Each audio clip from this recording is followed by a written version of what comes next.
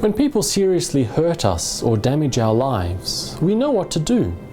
We may call the police and have that person arrested, or we may find a lawyer to sue that person in court. In these ways, we try to find justice and make things right.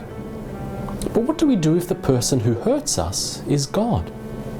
If God acts unjustly and hurts us, can we call the police? Can we sue God? This is what Job dreams of doing, of taking God to court so he can prove to the world that God is unjust and acting badly. But this is impossible. What court could possibly force God to come?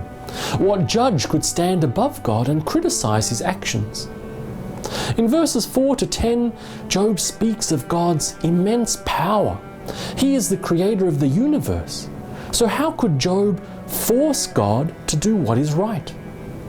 In verses 17 to 18, Job knows that if he tried, God would simply crush him. In his meanness, God would make Job suffer even more. For Job, this is deeply unfair.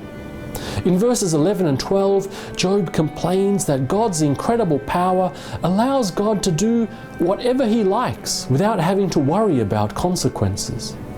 God is invisible, so no one would see him committing crimes. And even if people saw God stealing, who would dare say anything to him?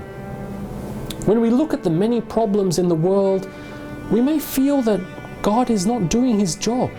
We heard this complaint in many of the Psalms of lament, and we even hear it in the Lord's Prayer. God, let your kingdom finally come so we can finally see justice in this world. In times of suffering, we, like Job, feel that God is either lazy or unjust, and we get angry that there is nothing that we can do about this.